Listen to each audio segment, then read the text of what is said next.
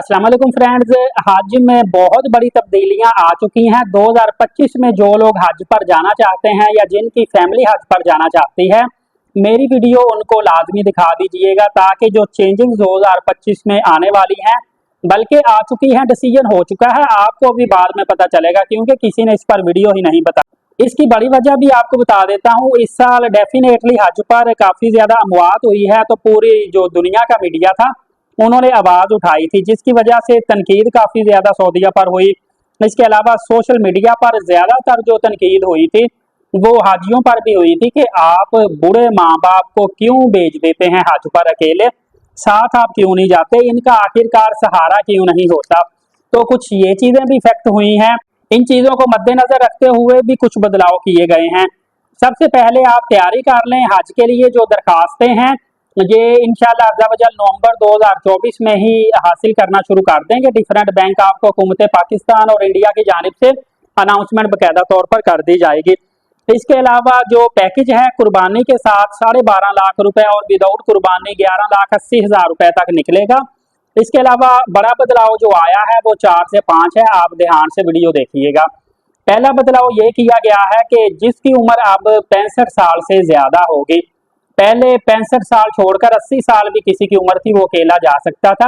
अब जिसकी उम्र 65 साल से ज्यादा होगी उसके साथ उसका फैमिली मेंबर का जाना जरूरी होगा, ब्लड रिलेशन कह लें या फैमिली मेंबर कह लें। और जितना एक्सपेंस उसके बूढ़े माँ बाप का या फैमिली मेंबर का आएगा उतना ही उसके साथ जाने वाले का आएगा, मतलब सेम प्रोसीजर उसको भी अदा करना होगा। इसके अलावा जो महरम की शर्त है ये हज के लिए अब लाजमी करार दे दी गई है।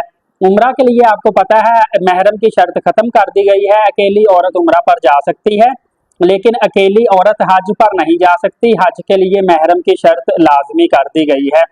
इसके अलावा एक अच्छी बात कह लें कि हज कमेटी जो है इसके पास पहले कोटा आता था, ये तकरीबन 50-60% कोटा प्राइवेट कंपनीज को दे देती थी और प्राइवेट कंपनीज 15-20 लाख रुपए का हज करवाती थी। एक्सपेंसिव हज होता था, वीआईपी हज तो कोई 37 लाख तक इस दफा सुना था हुआ है। अब जो सरकारी जो हज कमेटी है वो 70% कोटा अपने पास रखेगी, मतलब 70% लोग सरकारी सतह पर सस्ता हज करने की सआदत हासिल करेंगे और जो 30% कोटा है वो प्राइवेट कंपनीज को दिया जाएगा।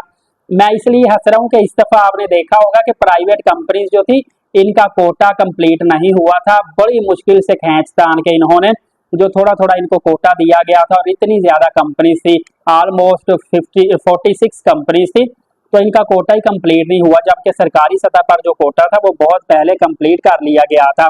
अब की बार एक और अफसोसनाक खबर ये भी है कि चूंकि कोटा तो सरकार ने बढ़ा दिया है लेकिन जो बंदा सरकारी सतह पर अब से एक बार हज करेगा वो जिंदगी भर दोबारा हज नहीं कर सकेगा। जी हाँ, इस बात को भी आप अच्छी तरह जान लीजिए। अगर आपने सरकारी कोटे पर एक दफा अब से हज कर लिया, चाहे इंडियन है पाकिस्तानी है, उसके बाद दोबारा सरकारी कोटे पर आप हज नहीं कर सकते। अलबत्ता प्राइवेट कोटे पर आप बार बार जितनी दफा चाहे हज कर सकते हैं। मजीद हज के बारे में अपडेट्स आती है तो सबसे पहले इसी चैनल से आप तक लेकर आ जाऊंगा। एलीट साकिब यूट्यूब चैनल को सब्सक्राइब करके बेल नोटिफिकेशन को ऑल कर लीजिएगा। नमाज कायम करें, नबी पाक सल्लल्लाहु अलैहि वसल्लम पे कसरत से दुरूद पाक और कुरान पाक की तिलावत करते रहा करें। इंशाअल्लाह अज़्ज़ा वजल अगली वीडियो में मिलेंगे। इजाजत है, बहुत शुक्रिया, अल्लाह हाफिज।